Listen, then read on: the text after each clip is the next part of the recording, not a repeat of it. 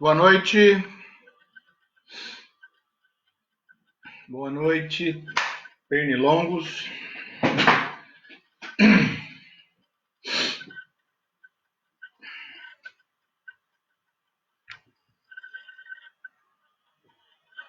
Tudo bem? Quem está aí, se quiser postar um comentário.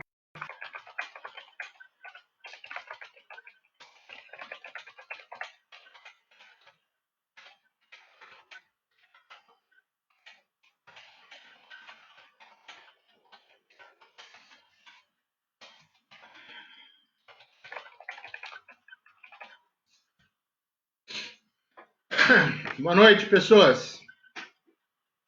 Olha que legal.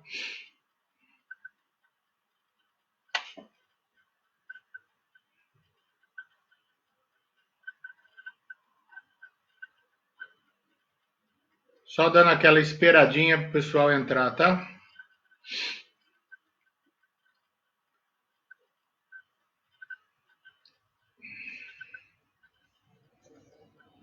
Poxa, que bacana. Bastante gente. Oi, Samira. Oi, Gabi. Olá, todo mundo.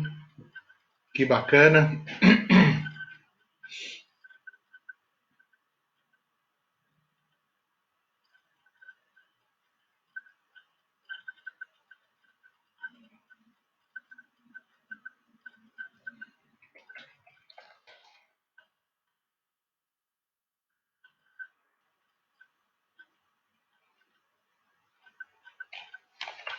Estou só aguardando mais alguns instantes e já vamos começar, hein?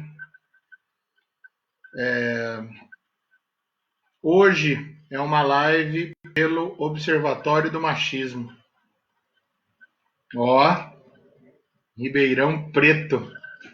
Minha terra. Tá cortando, Júlio? Não sei o que pode ser, viu? Aqui tá conectado.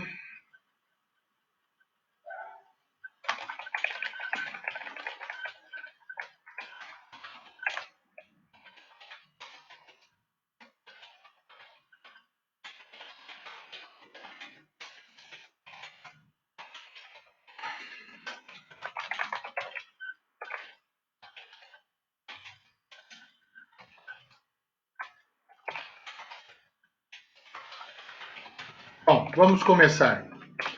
Eu quero começar hoje.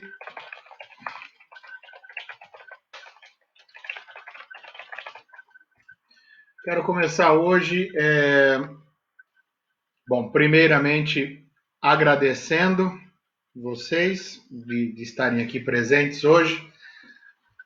O pessoal bonito aí de Ribeirão Preto. Alguns eu tive oportunidade de conhecer na tarde em que estivemos aí no Sesc, né? Falando sobre o livro A Dominação Masculina. E hoje eu gostaria de conversar com vocês, retomar um pouco a questão da minha interpretação a respeito do machismo e trabalharmos reflexões sobre essa questão associada à questão da violência doméstica, porque eu tenho sempre um intuito no meu trabalho que é o seguinte: eu procuro aliar a reflexão teórica, né, que é o exercício da crítica, mas ele sempre vem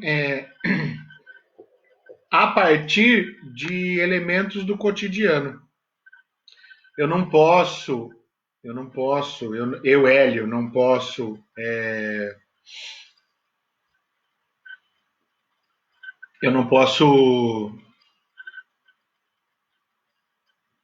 permitir, né, no meu trabalho, que eu fique só navegando na teoria.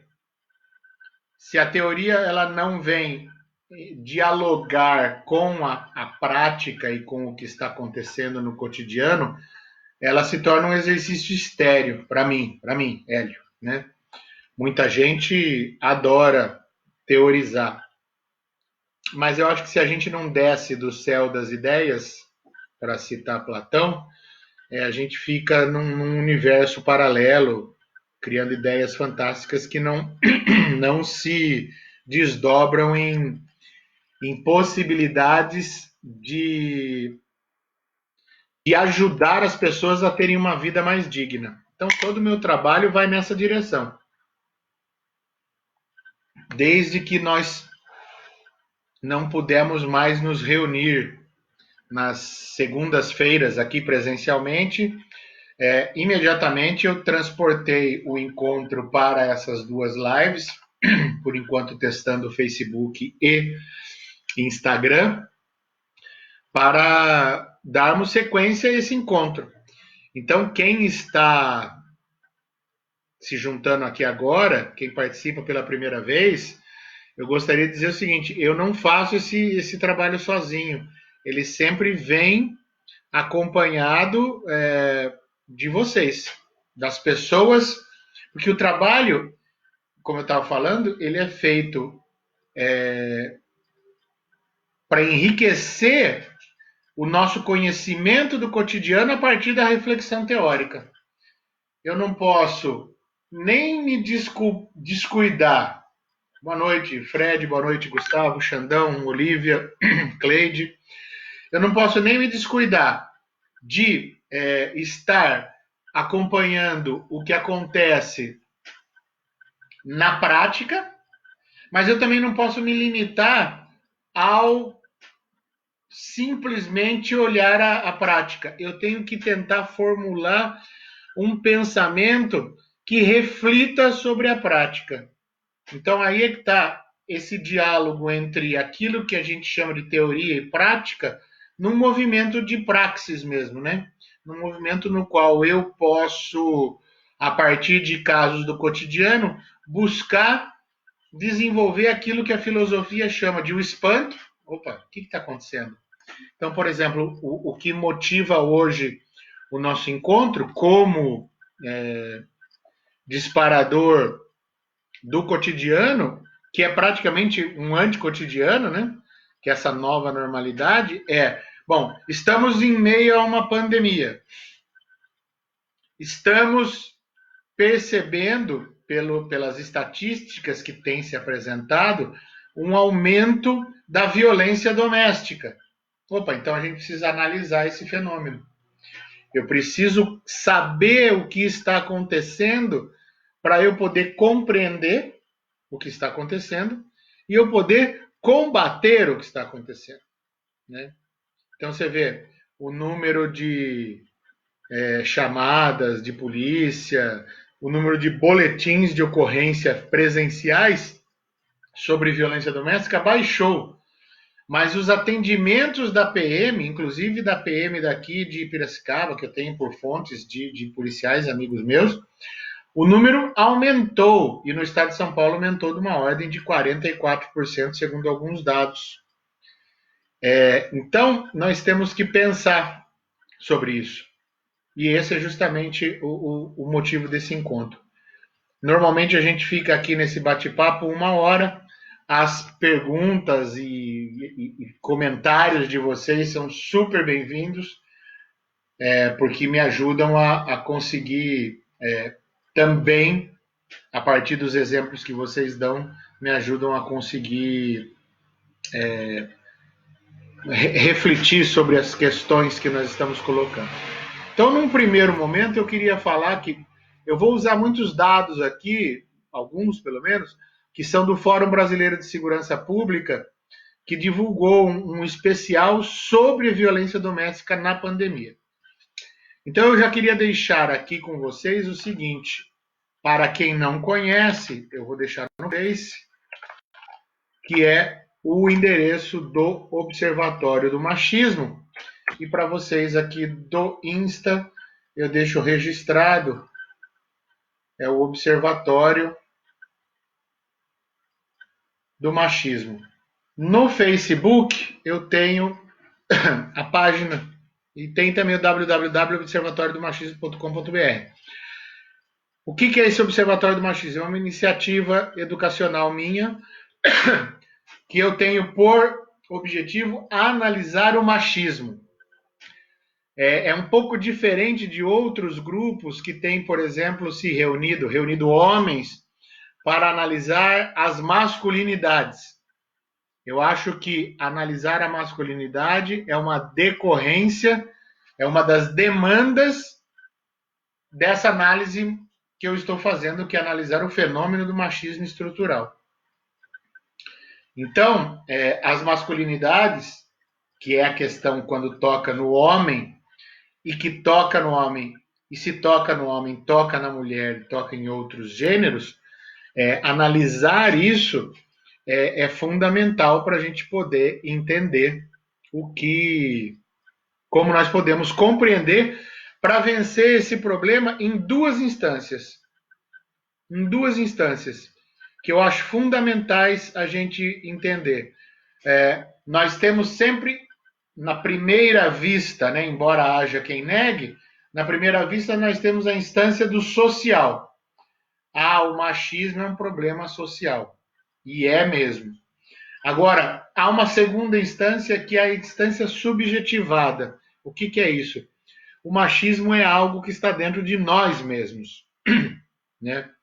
Então, ele é um fenômeno social, mas por ser um fenômeno social, ele é um fenômeno psicológico, ele está dentro da gente. Então, quando eu combato o machismo dentro de mim, eu estou combatendo na sociedade, e quando eu combato o machismo na sociedade, eu estou combatendo o machismo dentro de mim. Eu preciso, para vencer esse problema, encarar essas duas frentes. E o que é o machismo, pelo menos na minha concepção, que eu estou tentando estruturar para explicar melhor esse fenômeno? O machismo é a estruturação da sociedade, né, de todos os elementos da sociedade, das disposições, da organização da sociedade, a partir de uma única premissa. Essa premissa é o elogio ao masculino em detrimento do feminino. Então, ao mesmo tempo em que essa estrutura patriarcal elege o valor masculino como sendo superior, ela coloca o valor feminino como sendo inferior. Eu não sei se vocês já repararam, mas eu não usei aqui o termo homem e mulher. Eu usei masculino e feminino. Não sei se interessa para vocês saber disso, mas fazendo um estudo etimológico, que é um estudo que eu gosto muito, que é o da origem das palavras, eu descobri uma coisa muito interessante, que há uma proximidade etimológica entre a palavra virtude e a palavra virilidade. Então, há uma proximidade muito grande e, assim, confesso para vocês, assustadora entre aquilo que é viril e aquilo que é virtuoso. Eu não sei se vocês já tinham pensado nisso, mas é um elemento para a gente pensar e para a gente poder produzir conhecimento a partir disso.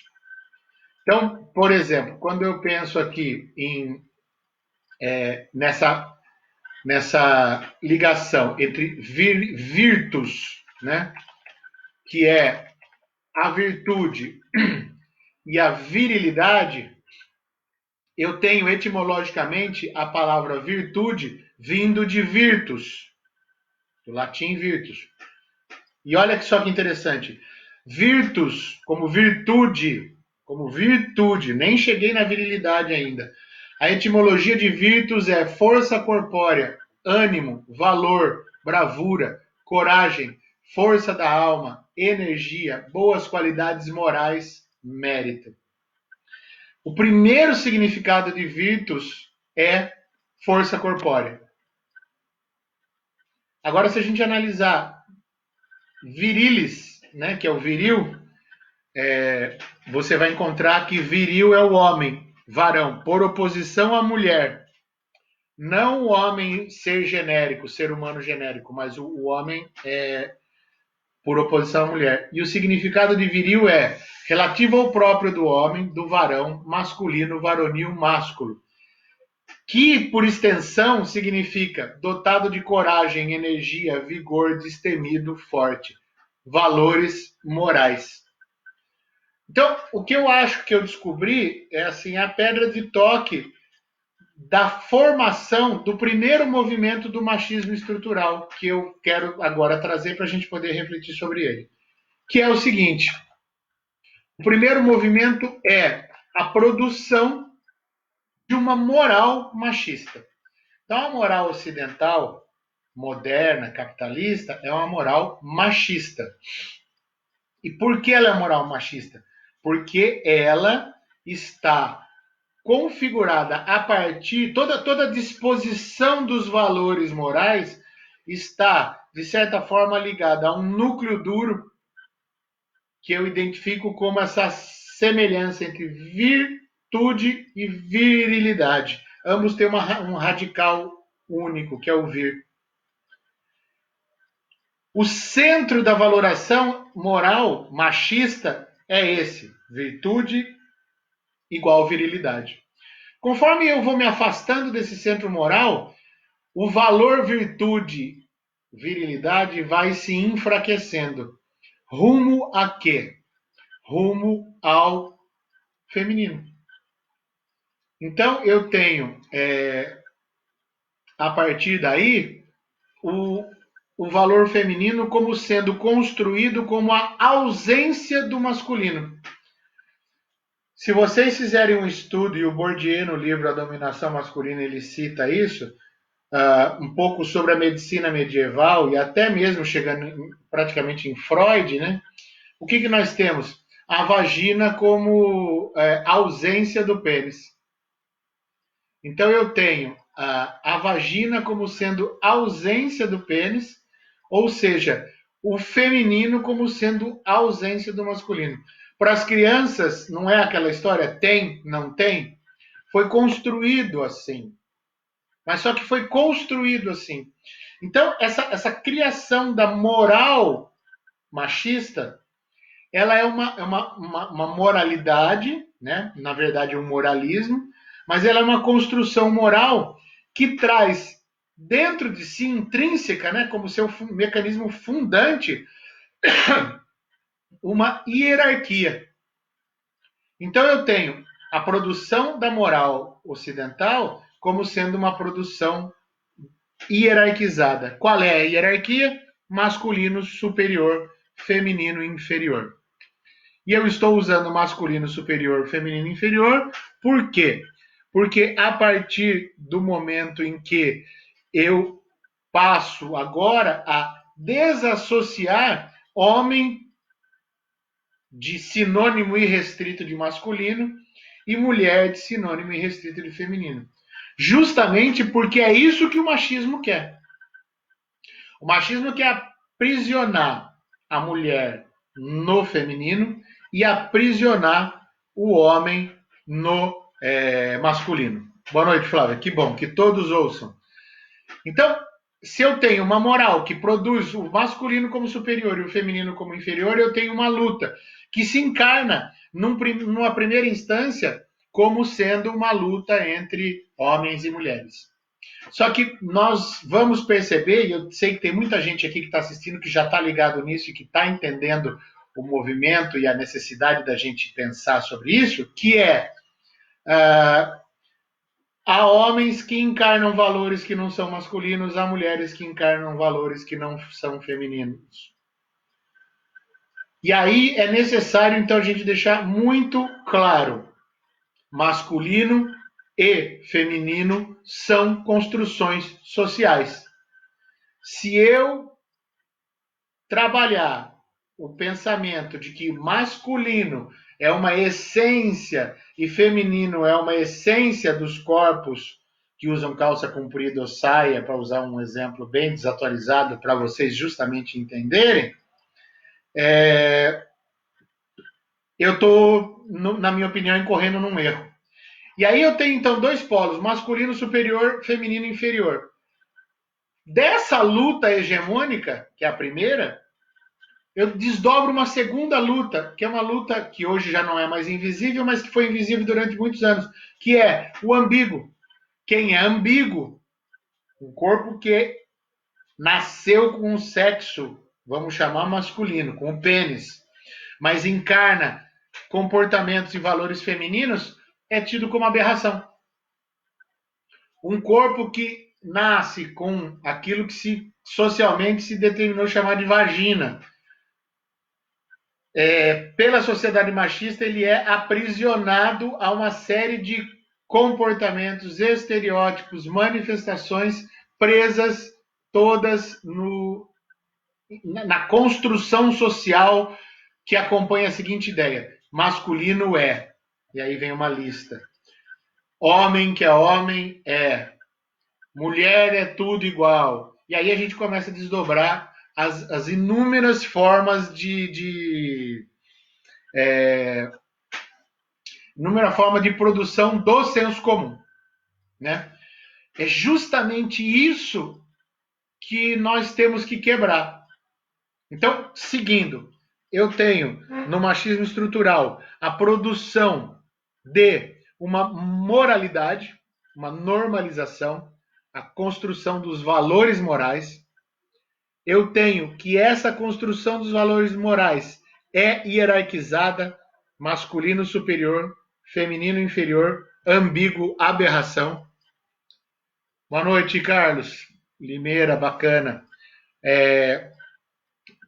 Então, masculino superior, feminino inferior, ambíguo, aberração. E o terceiro movimento desta produção do machismo estrutural é esse processo de normalização hierarquizada, que é uma construção social e histórica realizada através dos tempos por todas as instituições sociais, notadamente família, igreja, escola, numa primeira socialização. Esse processo social, histórico, geográfico, datado, ele é naturalizado. Então eu tenho... Tenta ver pelo Facebook, Bonardi, por gentileza. Eu tenho uma produção de moral hierarquizada e naturalizada. É assim porque sempre foi assim. Fecha a perna, menina, vai lavar louça, menina, menino gosta de bola, menina gosta de boneca. Uma vez, num encontro presencial do Observatório do Machismo, uma pessoa falou, mas a mulher, ela é normalmente mais, ela cuida mais do que o homem. E aí surgiu uma discussão, e tinha justamente uma grande professora de biologia no grupo, e ela disse o seguinte: então você está dizendo que existe um gene feminino que é um gene que dispara um cuidado maior. E aí a gente consegue identificar que não. Que é o cuidado, ele é dado no berço para a menina na primeira boneca. As meninas são incentivadas a cuidarem. E os meninos não são incentivados a cuidarem. Um menino que cuida muito, um menino que é carinhoso, um menino que é afável, ele vai ser considerado, voltamos agora ao núcleo duro do machismo, virtude e virilidade, se um menino é criado como cuidador, como carinhoso, ele se afasta desse núcleo rumo ao feminino. Se vocês estudarem um pouco, quem estuda antropologia pode me ajudar, mas quem estudar um pouco de antropologia vai perceber o seguinte: nos povos, nos mais diversos povos, nos mais diversos estágios de evolução, quando o menino cresce, há uma série de ritos de passagem que constituem basicamente no seguinte: afastar o menino da mãe. Afastar o menino dos valores femininos, para que ele possa se tornar guerreiro, para que ele possa se tornar macho. Desde os meninos que tem que pôr a mão no formigueiro, na tribo XYZ, até os meninos que são levados pelos pais para o prostíbulo para poder perder a virgindade com uma prostituta com 13, 12 anos de idade. Um ritual sádico de iniciação sexual do menino. O Porta dos Fundos tem um vídeo muito interessante, que é justamente o contrário. A menina chega para o pai e fala, eu fiz tantos anos de idade, agora eu quero que você me leve num prostíbulo que eu quero perder a virgindade. Não é assim que você fez com meu irmão? E aí ela fica falando para ele a inversão, né, que é justamente o espanto, o estranhamento que eles muito sacadamente fazem. Bom, então eu estou fazendo essa preleção inicial, pleonasmo, por conta do seguinte: eu tenho, então, uma moral machista que hierarquiza o masculino como superior, o feminino como inferior, e o ambíguo como aberração. Eu tenho essa hierarquização naturalizada e colocada na condição de natureza, essência, tá? Dado da natureza, é assim porque sempre foi, é assim porque ela é mulher, é assim porque é um dado da natureza, né? É natural. Veja, voltando à ideia do viril como virtuoso, a virilidade é um dado natural do masculino, a construção, né? Então, ele é naturalmente viril. Analisem o termo hombridade.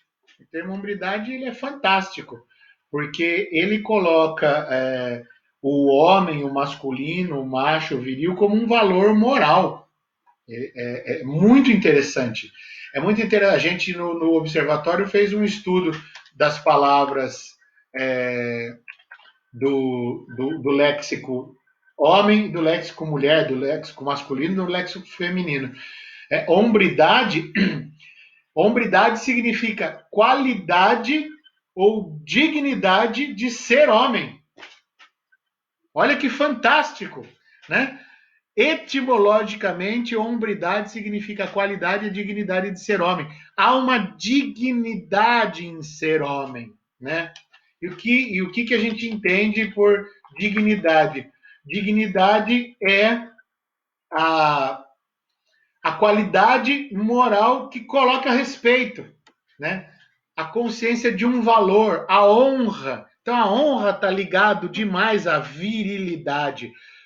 Lembra do crime de honra, né? O cara foi lá e matou em legítima defesa da honra.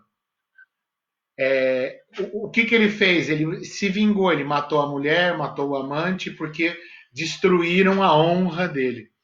Aí o Fred comenta que, nesse sentido, a afetividade é totalmente condenada no sexo masculino, como algo incompatível. Isso só gera mais desordem na natureza do ser humano.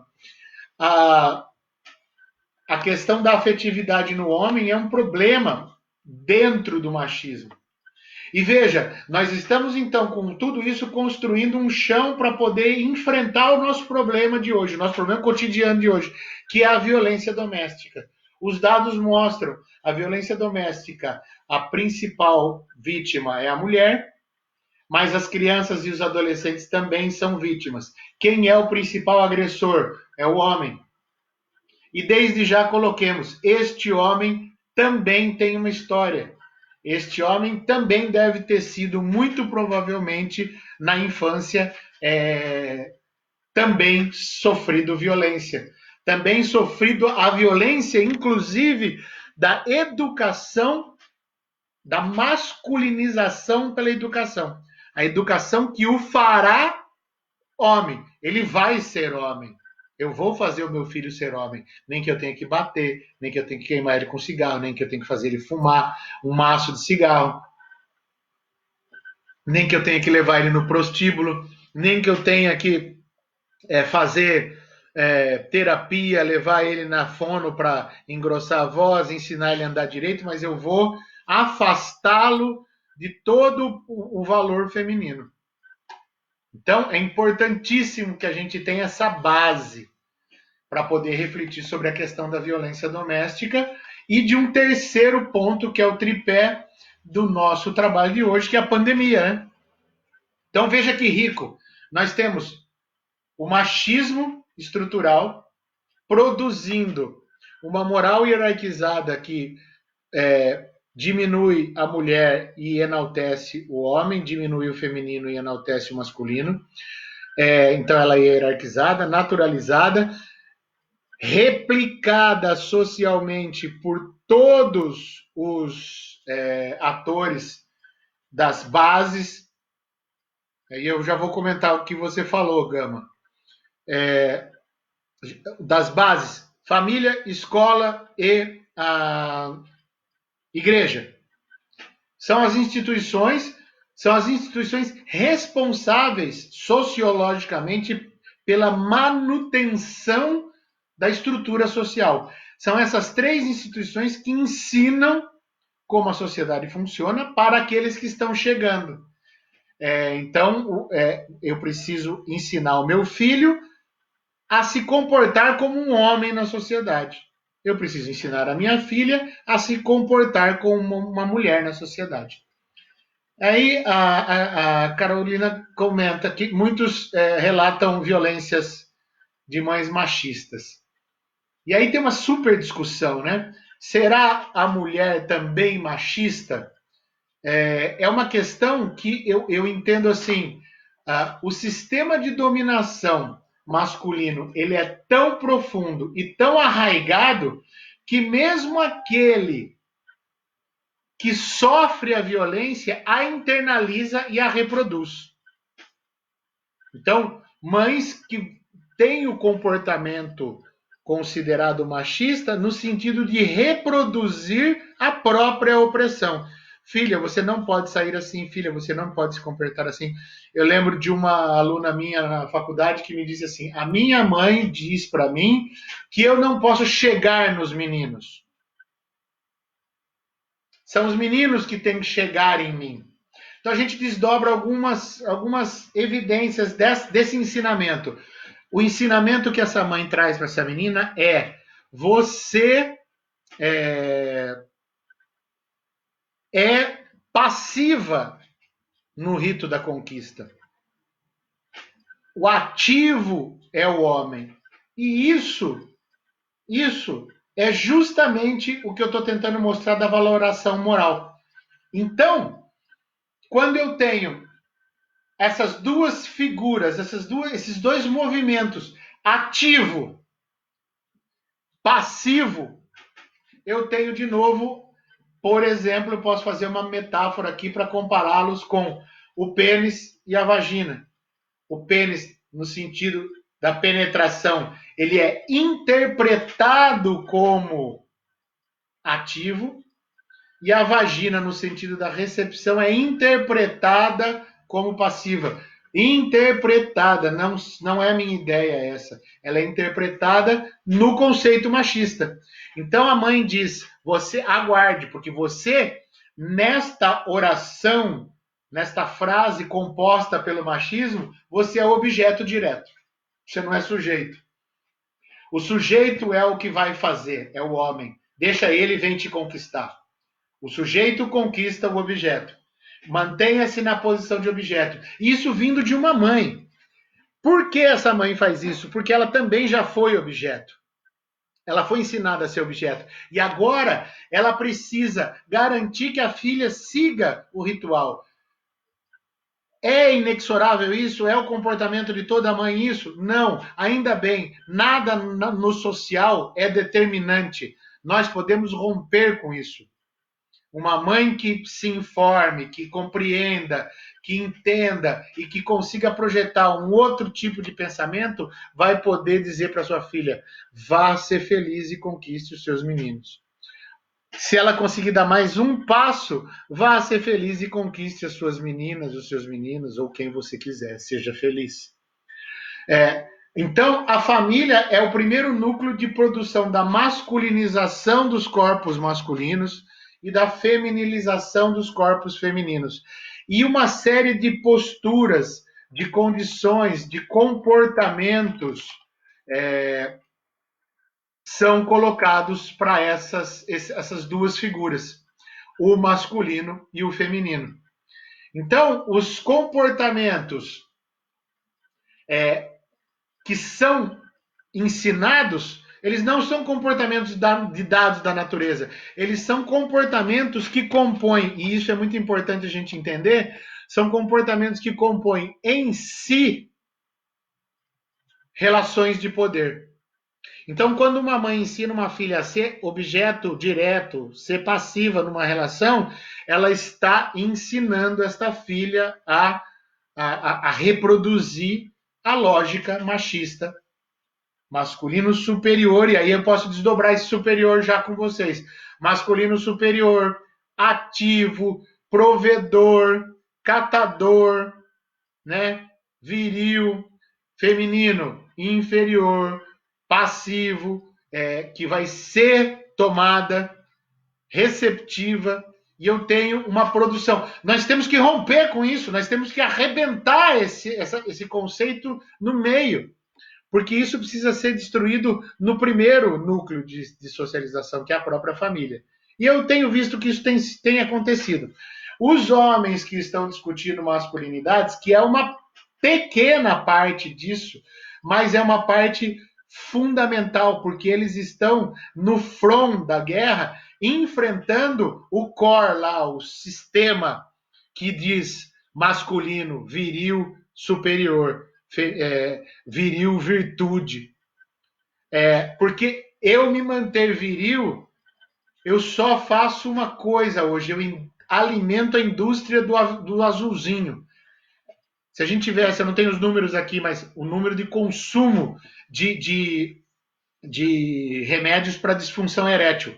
E veja, até mesmo o termo disfunção erétil é uma disfunção da ereção, é uma questão mecânica disfunção erétil. Ela encobre uma série de envolvimentos psicossomáticos, se você quiser, emocionais, sociais, que vão bater justamente no trabalho fantástico que é justamente o questionar as masculinidades. E a Fer fala, é arrebentar e favorecer uma nova construção. É a tal da destruição criativa. Eu preciso destruir esses valores para poder construir outros. Eu preciso destruir radicalmente. Radicalmente significa na raiz. Não nada além disso. Radicalmente significa raiz, fundamento e origem. Então eu preciso compreender a origem social desse movimento de naturalização do masculino como sendo tudo isso que se diz e do feminino sendo inferior. E aí a gente já dá mais um passo caminhando, então. O que é a violência doméstica? E por que violência doméstica? Por que nós não estamos discutindo a violência social, a violência da rua? Porque a violência doméstica é o locus da violência contra a mulher. A mulher também sofre violência na rua e a mulher sofre violência em todos os aspectos sociais. É uma coisa muito forte que eu preciso dizer, que me dói muito, mas o feminino sofre violência em todas as frentes. A luta nossa para tirar o feminino dessa condição de oprimido, ela é em todas as frentes. Se você pegar todos os temas sociais e cruzar com o aspecto de gênero, você terá um complicador na situação quando você considerar a mulher. E o machismo, quando ele faz a interseção, que é impossível não fazer essa interseção. Com o racismo, eu tenho o problema da mulher negra, que é o oprimido, a oprimida da oprimida. Ela é a oprimida da opressão masculina sobre o feminino e ela é a oprimida da opressão branco sobre o negro. Então, a mulher negra, ela tem camadas muito piores de serem lidadas do que a nossa realidade pode imaginar. Então, essa questão é fundamental a gente entender.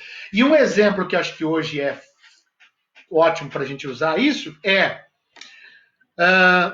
a pandemia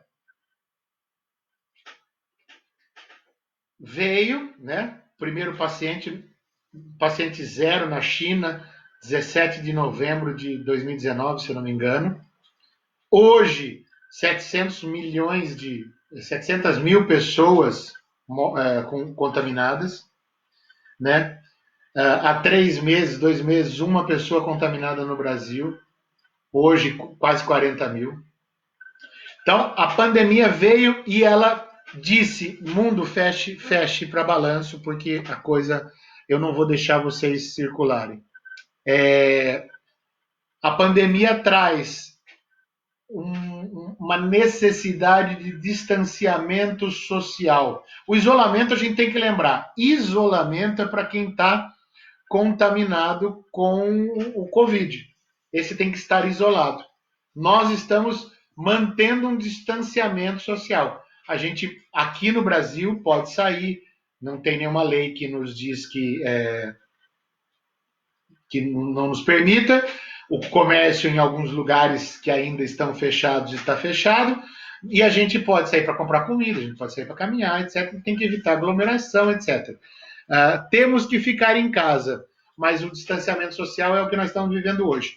Com o distanciamento social, as empresas fecharam, as indústrias fecharam, as pessoas ficaram em casa. Aumentou brutalmente o número de violência doméstica por conta disso.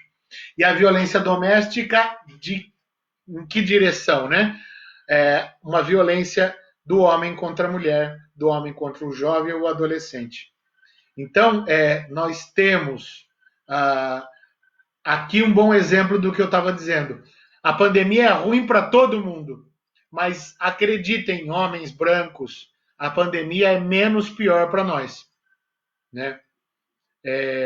A pandemia é pior para a pessoa de pele escura neste país. A pandemia é pior para a mulher neste país e em todos os outros países do mundo.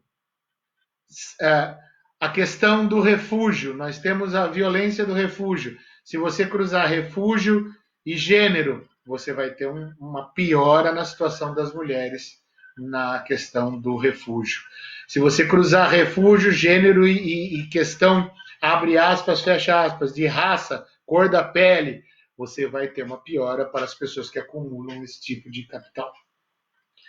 Comentário aqui do Bruno. Exato, o homem gay que se expressa de maneira mais feminina sofre mais opressão que o gay que se aproxima do masculino. Exato, Bruno. Nesse sentido, nós temos o quê?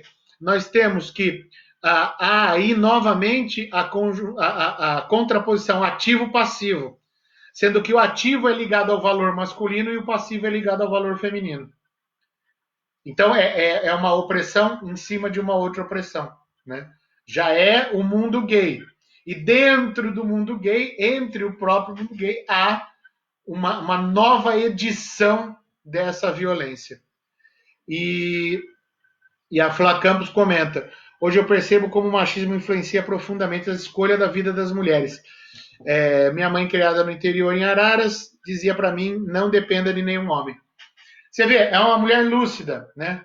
Porque mas há uma coisa interessante na fala da sua mãe, que é a exortação: não dependa de nenhum homem. Você praticamente não vai ouvir uma mãe dizer isso para o seu filho: não dependa de nenhuma mulher, né? Não é natural. Ela que está já arrebentando a questão, dizendo não dependa de ninguém, ela tem que se ver, justamente o que você comentou anteriormente, o machismo influenciando nas escolhas da vida da mulher. Só esse simples exortação que ela te diz: não dependa, por quê? Porque a carruagem vai te levar à dependência. Resista. O rio vai te levar à dependência. Resista. Não dependa. Há uma negativa aí, né? Há uma necessidade de uma negativa. E isso é extremamente interessante da gente observar. Quando a gente percebe essas coisas, a gente começa a refletir melhor. Então, o campo privilegiado, no mau sentido, da violência contra a mulher é o lar. Por quê? Porque ela está morando junto com o agressor. Ué, mas não é o marido? É o marido. Agora, vamos tentar fazer o marido, o amante, o concubino, o namorado, o ficante, mas é um agressor. Se estamos falando de violência doméstica, ok? Centenas de famílias vivem sem a violência doméstica, e aí a gente vai entrar numa questão delicada. Sem a violência doméstica física. Mas a gente vai precisar entrar e nomear as violências. Porque existe a violência doméstica, a violência contra a mulher, a violência física, existe a violência psicológica, existe a violência moral, existe a violência patrimonial, existe a violência sexual e tantas outras. Então, é fundamental, e eu tenho essa obsessão, que nós nomeemos as violências. Nós temos que dar nome para a violência. Vou dar um exemplo. No momento em que se nomeou o estupro doméstico, lançou-se luz sobre uma violência silenciosa, e acho que é um exemplo excelente para a gente poder analisar o que eu quero dizer. Uma violência silenciosa que se dava até mesmo pela vítima entender-se como propriedade do marido.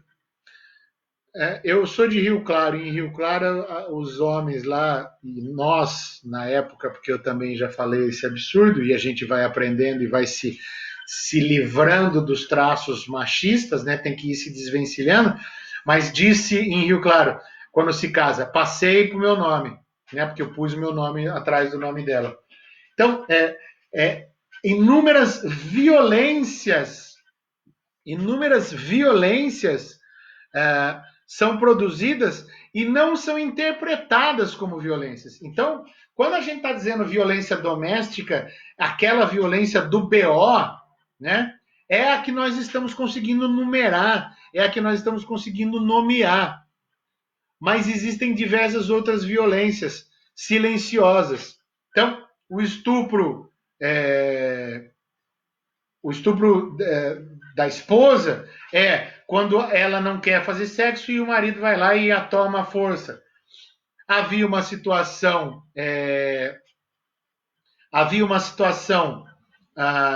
em que ela sentia talvez um mal-estar, mas era algo do natural, de novo, naturalizado. Não, surge esta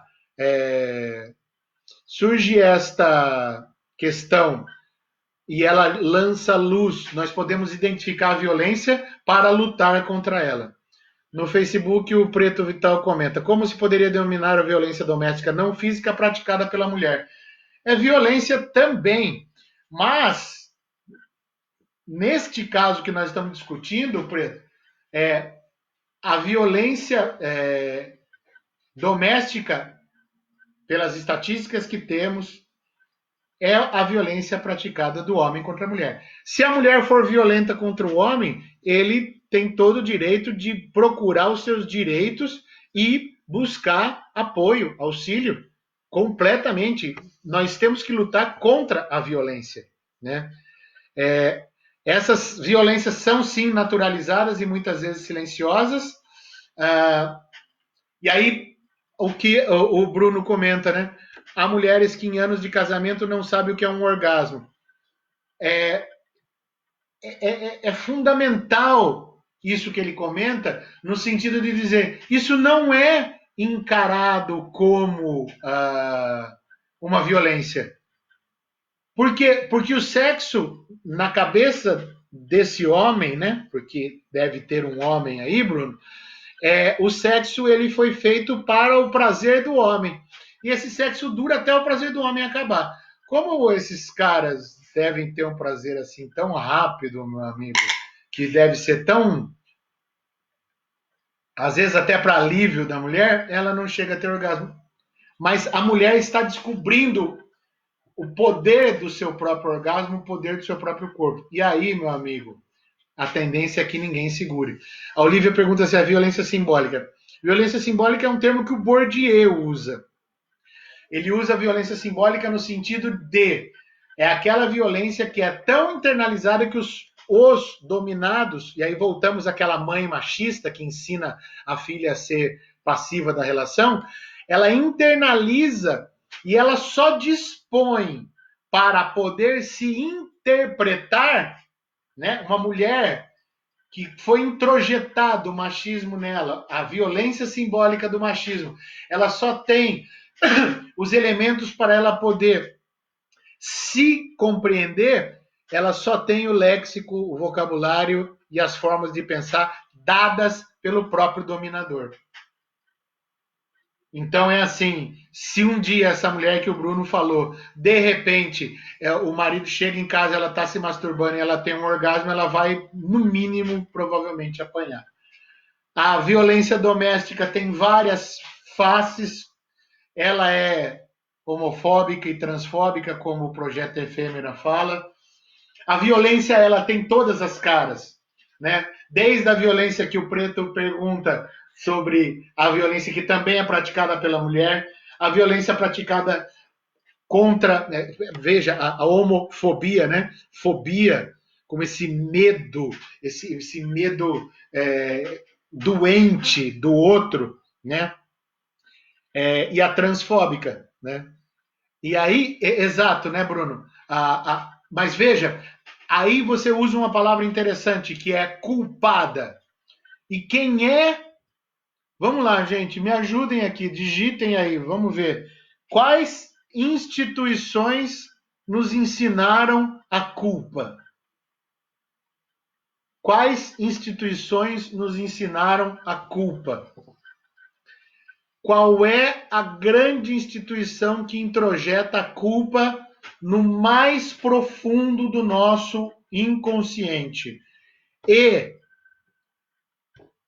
a construção da culpa feminina é quase um pleonasmo, né? A construção da culpa feminina é quase um pleonasmo. Veja, o Bruno colocou lá, igreja, Bonardi colocou igreja, a Carol colocou família, o Julião, igreja, Flá, Campos, igreja, Gama, igreja, igreja disparada na frente ao livro de uma forma mais ampla, religião. Por quê? Porque ela ensina o valor. E lembra, o valor é o valor que está lá no Gênesis, galera.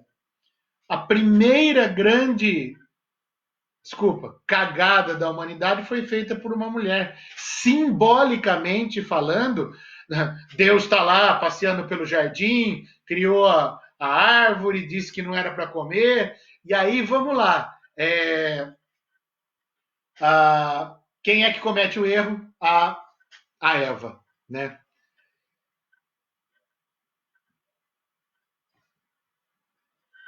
E aí a Eva comete esse erro, Pandora comete esse erro. Nas mitologias dos mais diversos povos, é a mulher que comete o erro. A família, ela é a base da família, em muitos casos, ela é educada na igreja, né, Bruno? E aí, então, perceba, há um intrincamento. Família, igreja, escola, ensinando essa valoração moral, que, de novo, coloca a mulher como sendo inferior ao homem. E aí desdobra, para mim, o que eu sempre falo, né? É isso aí, Milton. Deus é o Pai. São três figuras: Deus Pai, Deus Filho, Deus Espírito Santo. A natureza é a mãe. O iluminismo diz que a natureza tem que ser dominada. As paixões femininas, têm que ser dominadas. Tudo isso tem que sucumbir à razão masculina. Percebe como isso tudo vai se desdobrando num panorama que não deixa outro campo senão a violência contra o feminino, né? Preto, eu quero que você entenda o seguinte: independe se ela existiu ou não, a mulher, a Eva. Eu também acho que ela não existiu, é lógico, para mim é lógico que ela não existiu, mas ela é um símbolo que afeta completamente a cultura ocidental. A cultura ocidental é calcada em cima desta mitologia, da mitologia judaico-cristã. E ela não existiu, mas ela existe dentro da subjetividade de muitas pessoas. Então, se ela existe dentro da subjetividade de muitas pessoas, ela existe, sim. desculpa, vou discordar de você, no sentido de que ela existe como imagem, como um ideal. Então, assim, a família, ela é um núcleo de reprodução. Vilã, vítima, a gente pode julgar ela de várias maneiras. O que nós precisamos fazer, que nós estamos fazendo, é construir reflexões para poder libertar a família disso. E há muitas religiões, há muitas igrejas, há muitos padres, há muitos sacerdotes, há muitas monjas trabalhando novas perspectivas da religião, né? A mitologia das religiões, ela sempre traz o feminino como sendo o disparador de alguma coisa ruim, né? E aí traz. Então, se você pega o homem que foi criado como sendo, eu tenho que ser homem, eu não sou feminino. Se eu manifestei qualquer coisa feminina, como o Fred comentou, de sentimentos, eu sou punido, eu sou militarmente produzido para ser macho, e eu sou produzido com uma ideia de que a mulher é minha propriedade. Então, uma ideia fundamental, fundante da nossa sociedade, que é importante a gente entender para a questão da violência doméstica, é o entendimento de que a mulher é propriedade do homem. Esse entendimento tem que ser rompido. E aí entra o terceiro elemento também que nos ajuda a construir socialmente a ideia machista, mas também pode nos ajudar a desconstruir. E aí criar o movimento que eu tenho pretendido trabalhar, que é o da desnaturalização do machismo. Um trabalho de educação que a gente possa desnaturalizar o machismo para que a gente possa criar valores que não sejam hierarquizados, né? E aí, Lalinha, eu entendo, Roberta, existe uma diferença brutal entre religiosidade, inclusive Bíblia é o livro de uma religião, né? Não é mais nada do que isso. A Bíblia é um livro de origem judaico e cristã, ponto, né? Os cristãos usam a Bíblia, os judeus usam o Pentateuco e os livros que são do judaísmo. A Bíblia, ela é da religião cristã. Se você usar o termo a Bíblia do budismo, você está falando uma metáfora, né? Então,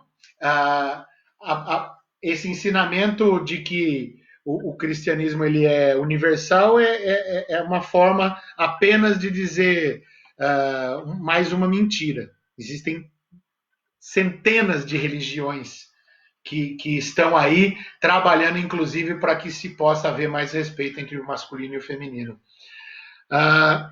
O feminicídio aumentou, a violência por causa da pandemia aumentou, a pandemia nos mantém em casa, aumenta o número de brigas, a briga usa a violência física leva ao desfecho da violência contra a mulher. E Preto, se houver violência contra o homem, ele que faça o BO, porque não é para haver violência, né? Não é para haver. Nos casais homossexuais, há violência entre o ativo e o passivo, que de novo é o masculino e o feminino dentro dessa conjugação. Então, a gente está no caminho. Hoje nós vamos ter 2 episódios para discutir essa questão, porque já estamos em 58 minutos aqui dessa conversa aqui, que super fica rica quando vocês estão participando. E hoje foi muito legal, teve muita participação, teve um enredo muito bacana. Eu gostaria já de deixá-los convidados para a semana que vem, porque na semana que vem eu gostaria de reiniciar a conversa, fazendo uma recapitulada disso e aí aprofundar as questões sobre a pandemia, né? Sobre a questão do cenário e falar sobre estratégias para a luta contra a violência doméstica, em todos os seus aspectos, mas notadamente como violência contra a mulher. Quero agradecer vocês aqui do Insta, só do Face sempre fica mais um pouquinho, mas eu quero agradecer vocês do Insta, Gente, está no Observatório do Machismo, no Facebook, Observatório do Machismo. Acessem lá. Eu vou, durante a semana toda, disparar material e deixar lá. Se puderem me ajudar a divulgar as ideias desse projeto, eu agradeço vocês. Instagram, muito obrigado, beleza, valeu, brigadão e nos falamos. Por favor, postem comentários lá, vamos tentar falar. Semana que vem tem mais e a gente se vê. Beijo, vamos cortar aí. Pois é, Preto. Ocorre que na visão machista da sociedade em que vivemos, o homem que for a uma delegacia a fazer uma queixa vai ser ridicularizado. Então, é justamente o exemplo que nós estamos dando, né? O homem que for fazer uma queixa, ele vai ser interpretado como menos masculino do que um homem que então vai lá e revida, porque revidar é masculino, revidar é coisa de homem. É o macho que revida. O macho não leva desaforo para casa. O macho, ele resolve lá. Tanto é que se você pegar a partir daí que você falou, dá para a gente tirar uma outra questão, que é a seguinte. Nós temos a violência no domus, né, uma violência contra a mulher, e nós temos a violência social, é o lugar onde o homem sofre mais violência, sofre e aplica violência. A morte masculina se dá na rua. Por quê? Briga. Por quê? A violência da discussão no trânsito. Porque eu não levo o desaforo para casa. Né? Então, é muito legal. É muito legal a gente ir interpretando essas questões para podermos lutar contra elas. Eu adoro essas provocadas que você dá, são fantásticas e a gente vai seguir conversando. Coloco aqui de novo Observatório do Machismo. Quem quiser conhecer, eu vou ficar muito feliz se vocês querem me ajudar a divulgar o projeto. Ele não tem fins lucrativos nenhum. E semana que vem nós estamos juntos com a continuidade deste bate-papo. Um grande beijo a todos, obrigado, valeu, até mais. Tchau.